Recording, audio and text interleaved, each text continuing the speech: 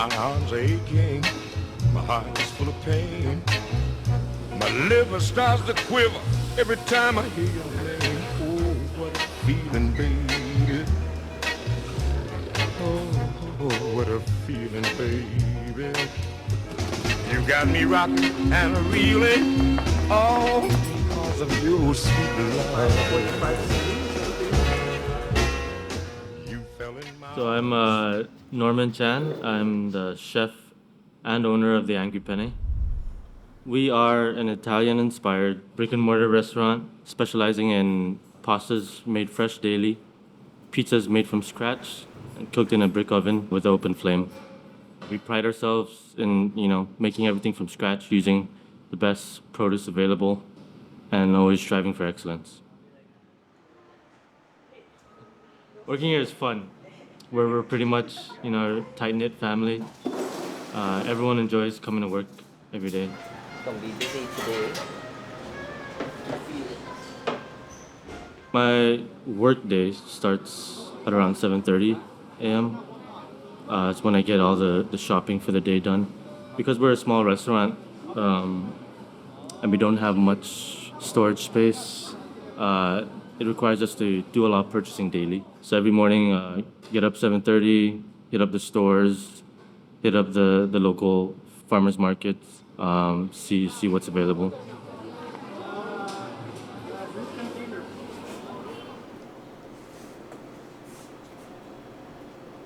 Prep starts around 9 a.m. That's when the prep team comes in. Oh, that's sweet.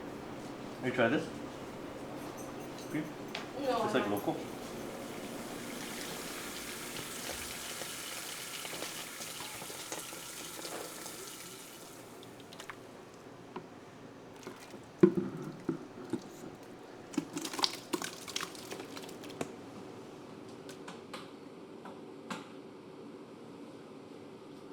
And then Corey's gonna cut the rest of it for the. I don't think that's your mango. Maybe fat for it. Yeah, you need that fat layer. But you do need to.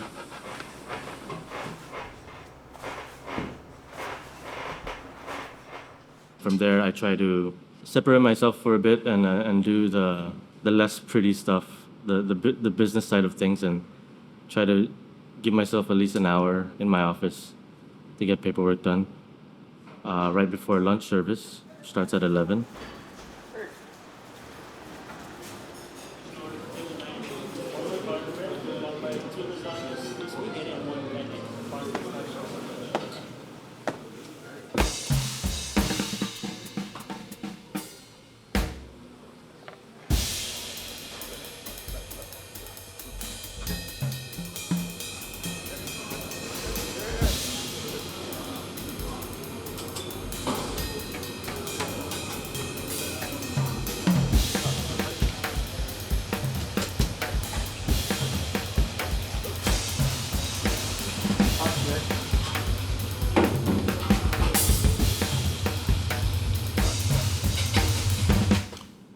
Lunch lasts until 2 p.m. At which point, break down and then continue prep for dinner, which starts at 5 p.m. And then dinner lasts until 9 p.m. And then we pretty much end operations by 10 p.m.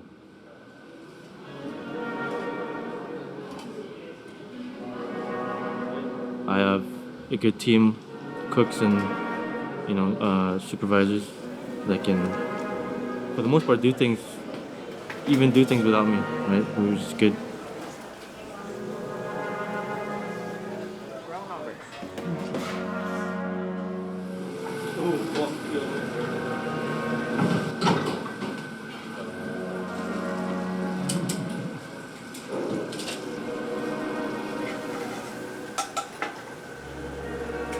Everyone here, I make sure that everyone here is striving for something far greater than you would think Saipan can even offer you, right?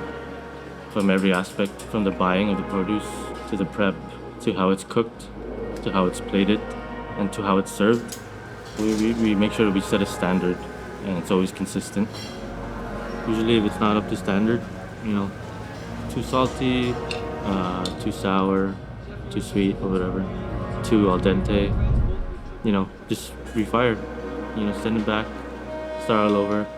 We like to preach that it's better to have the customer wait for a good product than send out something that's crappy. Right?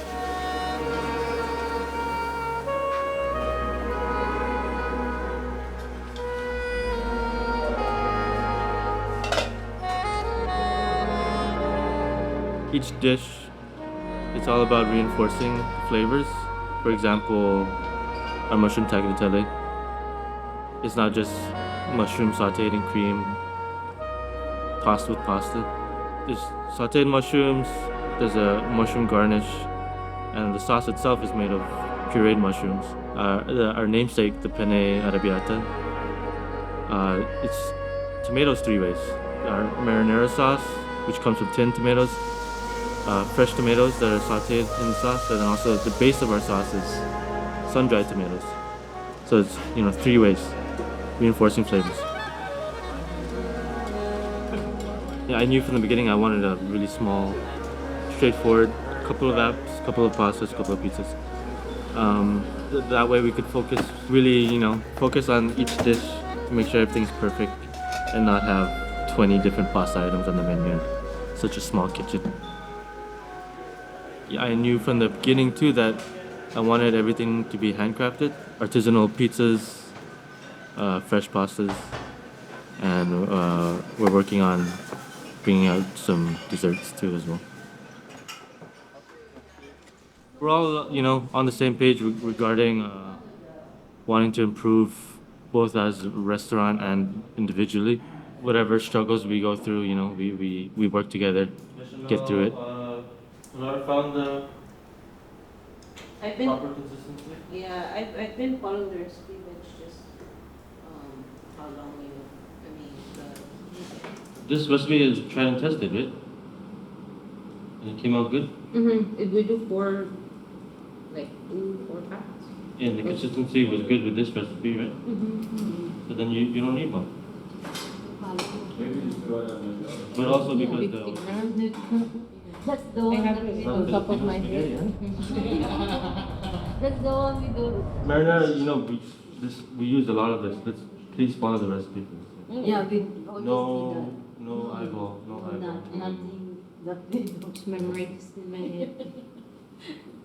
Also, let's get rid of the handful. Right. Let's actually weigh it out. The basil? Yeah. Okay.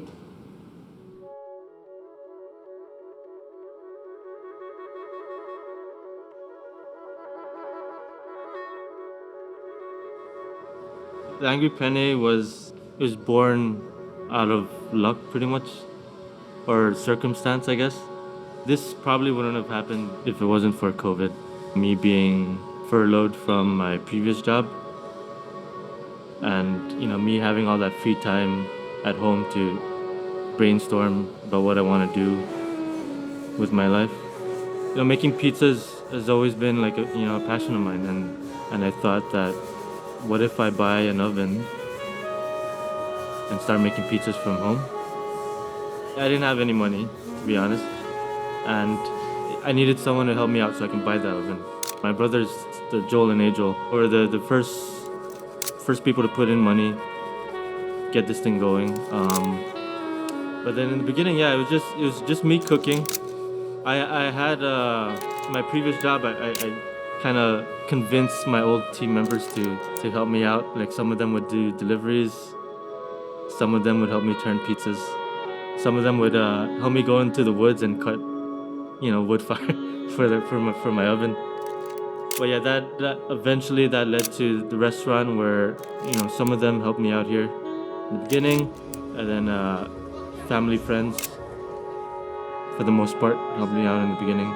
Some of whom are still a part of the team. Yeah. I am John Samodarag, and I am the manager here at the Angry Penne. I started working here about 2 weeks from when this spot opened. Yeah. But I have been helping Norm a couple of times at his home. Also, fixing the place up before we open. There was 4 of us. Chef Michael, was our very first server, which he's now in the kitchen. And it was me, Chef Norman, and Chef Bianca, a good friend of Chef Norman's also, that was working in the kitchen. We did everything ourselves. It was mostly DIY. We started with no money. We're not like we're not rich, you know. So as much as possible, we tried to do it ourselves. The sign, right? That's all. That's all. This oven, the shelf here, painting this whole thing, painting the roof, building the exhaust. That was all us, you know. We started with very little revenue. I'm talking the whole day, 12 hours, like hundreds, you know, barely making enough to even pay everybody. And I was very involved in that in the beginning with Chef Norman. So I got to see it, you know, from you know, from the bottom to the top. We've come a really long way, which is nice. The unsexy part of business accounting. I've really put in a lot of time in this restaurant, heart and soul, time. So just seeing where we are now is a lot. I can't really explain it, you know. Just it's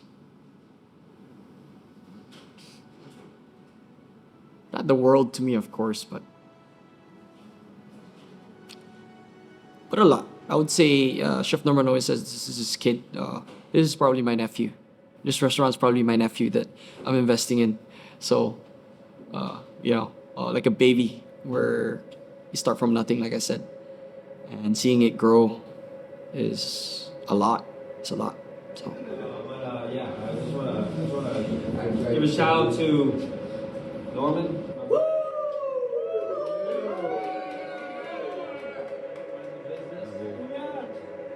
Michael.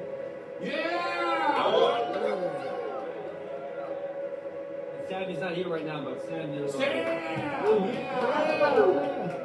And I just wanna thank them. Appreciate their hard work. We've been grinding out 7 days a week, open and close, early days. To the most memorable night that won't be remembered.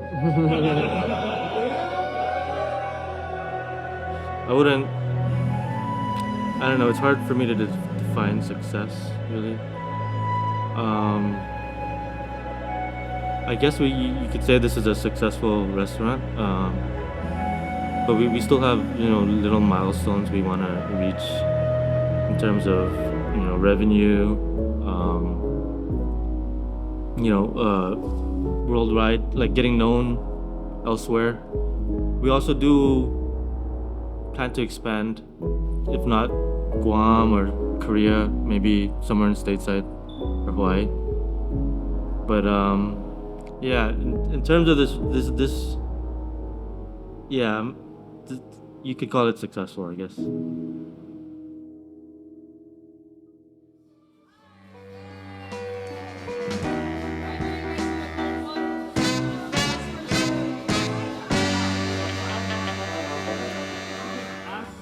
A poor boy ain't got no money. He ain't got no dough. But give that poor boy a pretty girl and watch that old boy go. But like only for the camera, you never do this.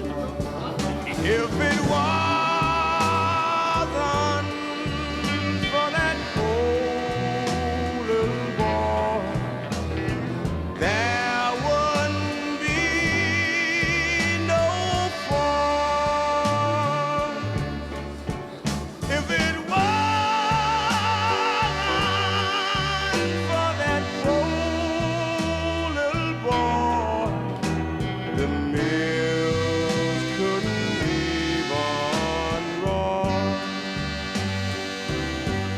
What does it profit a man to gain all the fortune and fame, and at the end of his life, he's just a child?